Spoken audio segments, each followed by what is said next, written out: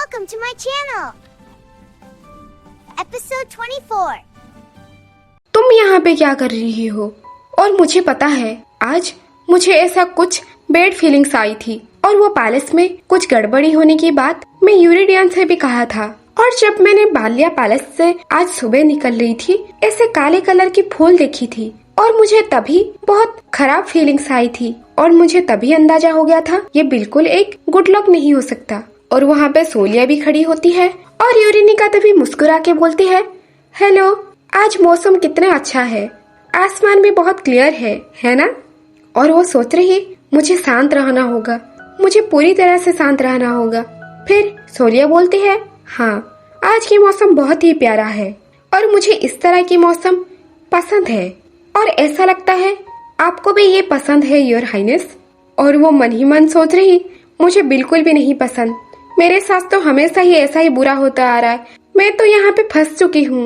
और उसे जबरदस्ती में बोलना पड़ता है हाँ हमेशा अच्छा दिन ही होता है और खास करके जब बारिश होती है। और सोलिया सोच रही मैं इससे किस तरह की नॉनसेंस बातें कर रही हूँ। फिर उससे बोलती है आप थोड़ा सही नहीं लग रहे। और यूरेनिका बोल रही मुझे बहुत जनों से ये बात सुनने मिला है। और वो सोच रही क्या मैं पूरी तरह से सही जवाब दे रही हूँ अभी? ये कितनी अजीब है, मैं कुछ अच्छे से सोच नहीं पा रही हूँ, क्या मैंने होश खो बैठ रही हूँ? मुझे तो यहाँ से भाग जाना चाहिए, पर मैं सोलिया के पास चल के कैसे जा रही हूँ? तब सोलिया बोल रही ऐसा लग रहा है जैसे आप सही से सो नहीं पा रही हैं। और यूरेनिका सोचती है इम्पीरियल फिजिशियन ने ये कहा है कुछ भी ऐसा गड़बड़ नहीं हुआ है, ये सिर्फ मैजिक की सेंसिटिविटी की वजह से हुआ है। लेकिन मुझे कुछ हफ्ते से ऐसा ही फील हो रहा है और मैं अच्छी तरह से सो भी नहीं पा रही हूँ, जबकि मैंने सोने की दवाई भी लिया था, फिर भी कोई काम नहीं कर रहा। और जब मैं सुबह उठती हूँ मेरी बॉडी पूरी तरह से पसीना और बहुत ठंड महसूस होती है। इस वजह से मेरी बॉडी को सही टेम्परेचर में लाने के लिए मुझे गर्म पानी में नहाना पड़ता था, लेकिन उसे ये सब के बारे में कैसे पता? मुझे सोने में दिक्कत होती है। और प्रिंसेस भी खींची हुई उसके पास चली जाती है और सोलिया उसके कान में बोलती है क्या आपको अभी भी लग रहा है कि नर्क में जो आत्माएं भटक रही हैं वो आपको खींच रही हैं? क्या आप अभी भी श्रापित आत्माओं से परेशान हैं? मुझे नहीं पता तुम कौन हो, लेकिन ऐसा लगता है जैसे नर्क में रहने वाली आत्माएं तुम्हें खींच रही हैं। और प्रिंसेस के दिमाग में ये चल रही है मुझे अच्छी तरह से पता है, इससे पहले भी ये सेम चीज हो चुकी है, पर नहीं मैं ये नहीं कह सकती और उसकी वजह से ही मुझे रात में बहुत बुरे सपने आ रहे हैं। मैं उसे ये जानने नहीं दे सकती, वो एक ब्लैक मैजिशियन है, मुझे इस बारे में पता है। फिर प्रिंसेस बोलती है क्या नर्क में रहने वाली आत्माएं? आप क्या कहना चाहती हैं? मुझे तो कुछ समझ नहीं आ रहा, लेकिन मैं बहुत सरप्राइज्ड हूँ। मैं कई दिनों से बहुत बुरे सपने देख रही हूँ, पर आपको कैसे पता चली? और वो सोच रही अगर उसने जान लिया कि मैंने उसके असली चेहरा जानती हूँ, वो तो मुझे एकदम से लात मार के नर्क में भेज देगी। और वो थम्स अप करते हुए बोलती है मैंने सुना है आप बहुत बड़ी पावरफुल मैजिशियन हैं, मुझे लगता है इस वजह से आपको ये सब पता है।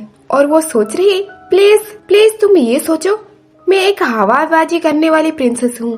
फिर सोलिया उससे अच्छी तरह से देखती है और पास आके बोलती है तुम सही लग रही हो। यूरेनिका बोलती है हाँ मैं बिल्कुल सही हूँ। और प्रिंसेस मन में सोच रही मैं अभी ऐसा फील कर रही हूँ जैसे मैं एक ही सेकंड में नीचे गिरने वाली हूँ और मेरे अंदर ऐसे अजीब सी सेंसेशन हो रही है जिससे मैं भाग नहीं पा रही। और अभी मैं जैसा फील कर रही हूँ मुझे अच्छे से याद है, ऐसा सेम फील इससे पहले कर चुकी हूँ। फिर सोलिया बोलती है मैं दुआ करूँगी आपकी अच्छी हेल्थ के लिए योर हाइनेस। और प्रिंसेस सोच रही उसका तो ये बिल्कुल भी मतलब नहीं था, प्लीज तुम यहाँ से चले जाओ। और सोलिया बोलती है ठीक है फिर। और तभी वो चली जाती है। तभी प्रिंसेस को कुछ सही फील नहीं होती और वो एकदम से नीचे बैठ जाती है और अपना हाथ देखते हुए सोचती है लेकिन कैसे?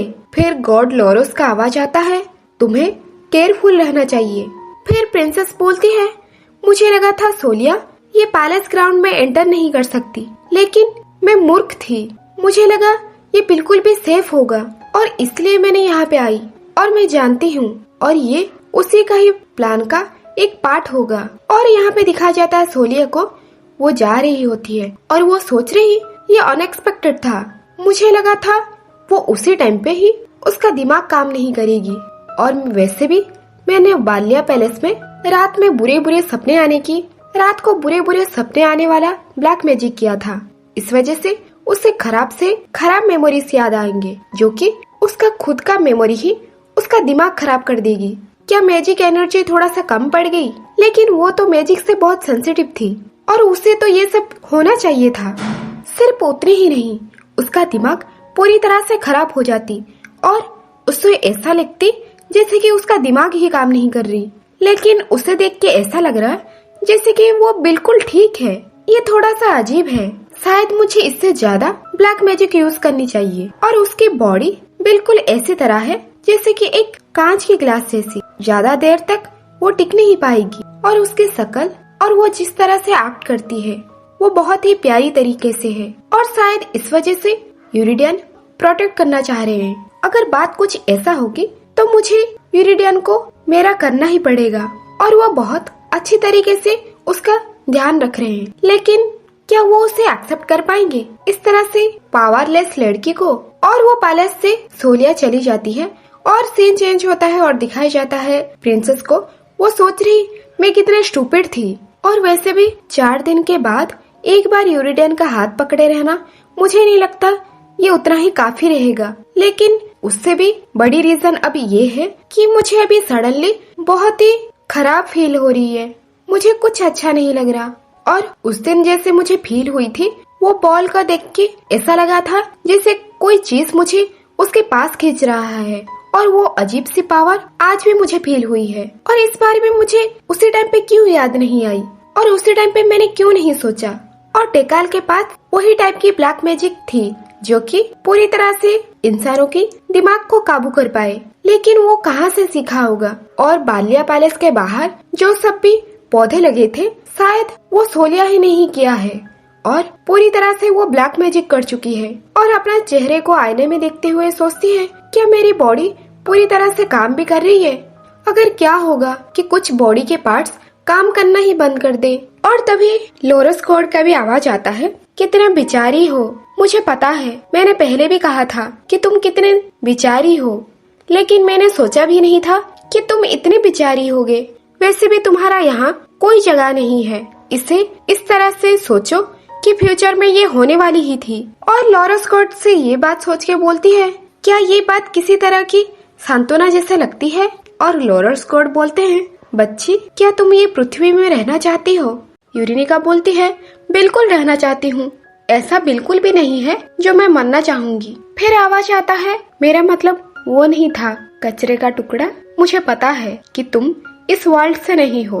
तुम जहाँ से आई हो क्या वहाँ पे जाना पसंद करोगी?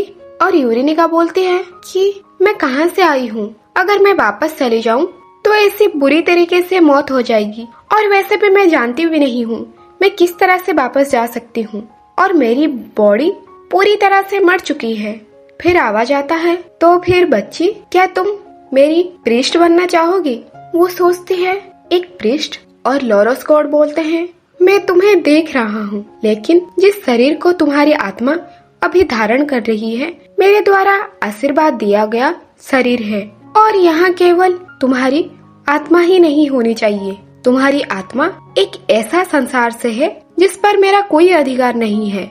इसलिए मेरे लिए तुम्हारी आत्मा को आशीर्वाद देने और उसे यहाँ अस्तित्व में रहने की अनुमति देना असंभव है। हालांकि अगर मैं तुम्हें अपनी प्रीस्ट के रूप में स्वीकार कर लूं, तो मैं तुम्हें पृथ्वी पर मेरी जगह काम करने की शक्ति दे सकता हूँ। ये तुम्हारी अस्तित्व को मलबे से कंकड़ में बदल सकता है। फिर प्रिंसेस सोच रही, तो इसका मतलब है कि मेरी आत्मा को आशीर्वाद देना मुश्किल है, लेकिन ये मुझ पे इतनी दिव्यता प्रदान कर सकता है कि मैं इस शरीर को देखभाल कर सकूं। फिर बोलती है, मैं ऐसा ही करूंगी अभी इसी वक्त। फिर लॉरस कोड बोलते हैं, लेकिन एक समस्या है नन्ही बच्चे, अगर मुझे तुम्हें प्रीस्ट बनाने के लिए अपनी दिव्यता प्रदान करनी है तो मुझे पृथ्वी पर आना ही होगा। और मैं 10 साल में केवल एक बार ही पृथ्वी पर प्रकट होता हूँ। फिर ये बात सुन के तो प्रिंसेस चिल्लाते हुए बोलती है, मैं शायद 5 साल तक ना पहुँच पाऊँ। 10 साल का मतलब क्या है? फिर आवाज आता है, तुम्हें 10 साल इंतजार करना नहीं पड़ेगा। पिछली बार ऐसा तब हुआ था जब मेरे वंशज राजा बने थे, इसलिए तुम्हें केवल 5 साल इंतजार करना होगा। फिर प्रिंसेस सोच रही 5 साल हो या 10 साल हो, कोई खास फर्क नहीं पड़ता। और ये सब भी मेड देख रही होती हैं और वो आपस में बात करती हैं। बेचारी प्रिंसेस यूरेनिका। और दिखाया जाता है प्रिंसेस उदास होके, और वो सोच रही मैं क्या ही उम्मीद कर सकती हूँ, मैं तो आज हो या कल हो कभी भी मर सकती हूँ। और वो बैठ के सोच रही मैं अगर 5 साल या 10 साल भी इंतजार करूँ तो कोई मायने नहीं रखता। और वो जो काले कलर के पौधे होते हैं वो उसे टच कर लेती है, और वो पौधे को टच करते हुए सोच रही ये तो स्प्रिंग सीजन है और इस टाइम पे ये पूरी फूलों से भरा होना चाहिए, लेकिन अभी तक कोई भी फूल नहीं है, ना फूल है ना पौधे। अगर यूरिडियन आज यहाँ पे होते तो मैं उसी वक्त ही उन्हें मदद मांगती। बस मुझे मेरी लक के ऊपर ही भरोसा करना होगा। और मेड आके बोलती है योर हाइनेस, आप अगर यहाँ पे इसी तरह बैठी रहेंगी तो आपको ठंड लग जाएगी, वैसे भी आप बीमार हैं। और यूरेनिका सोच रही मुझे नहीं पता अगर मैं ये सब इमेजिन कर रही हूँ, लेकिन अभी भी मुझे ऐसा फील हो रहा है जैसे मेरी पूरी बॉडी में बहुत अजीब सी सेंसेशन हो रही है और मैं सच में ये पैलेस के अंदर जाना नहीं चाहती। लेकिन मुझे अगर ठंड पकड़ लिया और मैं भी इस स्टेट में रहते हुए, मैं तो जल्द से जल्द ही ये पृथ्वी से अपना जान गवा बैठूंगी। फिर अपना रूम में पहुँचती है और मेरियन को बोलती है मेरियन ये लाइट मैं खुद से ऑफ कर लूंगी। फिर मेरियन बोलती है आप अच्छे से सो जाइए योर हाइनेस। यूरेनिका सोच रही नहीं, मैं बिल्कुल भी नहीं सो सकती। अगर मैं सो भी गई तो मुझे अच्छी तरह से पता है मैं मेरी सपनों में नर्क में चली जाऊंगी। मुझे जैसे भी करके जगे रहना होगा जब तक कल सुबह नहीं हो जाती। और अगर एक बार रोशनी आ जाए तो मैं सीधा यूरिडियन के पास चली जाऊंगी। मुझे बस यहाँ पे कुछ ही घंटों के लिए ऐसे ही रहना होगा। और ऐसे कुछ घंटों बीतती हैं और हमें दिखाया जाता है और एक आवाज सुनाई देता है तुमने कहा था कि सुनजू का तुम पालन पोषण करोगे। वो बोलती है मैंने कब कहा था, मैंने बस इतना कहा था कि वो कुछ समय के लिए मेरे साथ रह सकती है। फिर और एक जन बोल रहा है तुम अपनी बात को इस तरह से बदल नहीं सकती हो। फिर वो बोलती है मैं इस तरह की दयनीय बच्ची को मैं अपने साथ रखना भी नहीं चाहती, तो इस वजह से तुम ले जाओ इसे। और ये सब बैठी हुई वो सब कुछ देख रही है और वो सपने में सोच रही ये सब क्या हो रहा है, क्या मैं सो गई? मुझे तो कुछ भी याद नहीं आ रहा और मुझे ये भी नहीं याद है कि मैंने कब अपना आंखें बंद करी थी। लेकिन सबसे जरूरी बात तो ये थी, मुझे लगता है मैं जितना हो सके उतना ज्यादा ना सोने की कोशिश कर रही थी।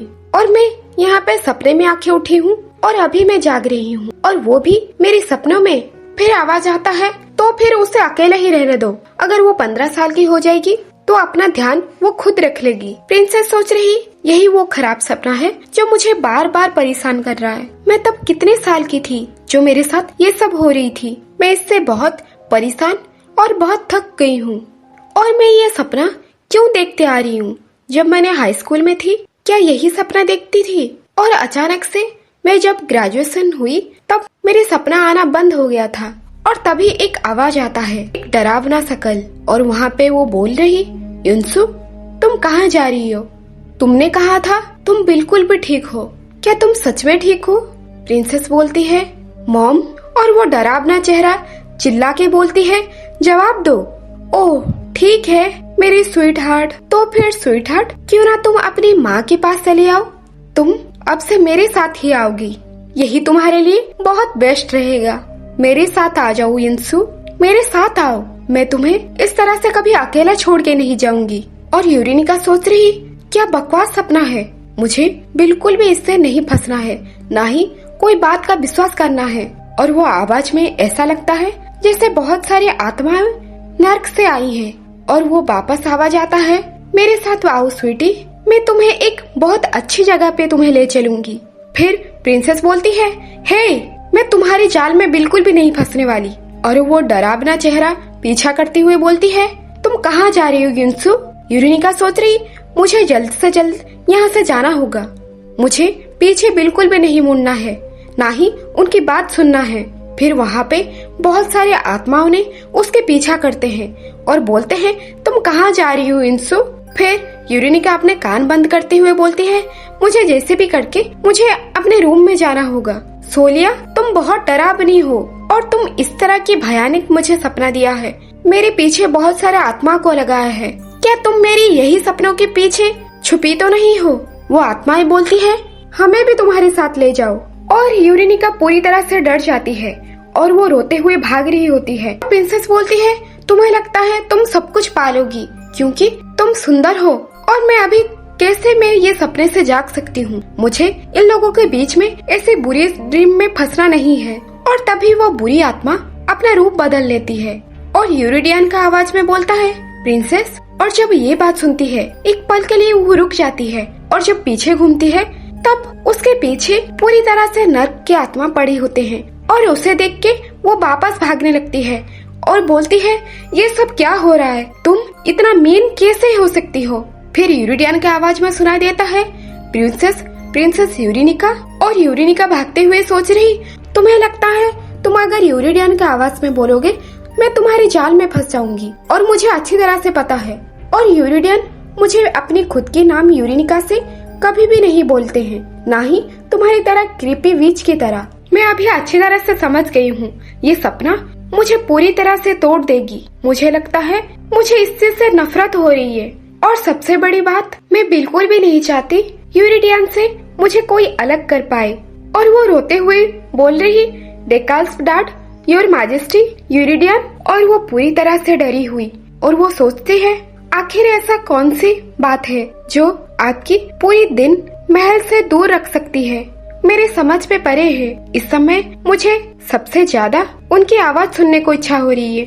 मैं उन्हें जितना चाहूंगी उतना बुला सकती हूँ, पर वो मेरे सपना में मुझे बचाने नहीं आ सकते। मैं यहाँ से बच नहीं सकती। ये सपनों से मैं खुद बाहर भी नहीं आ सकती। और वो सामने देखती है, वो रोशनी के करीब है।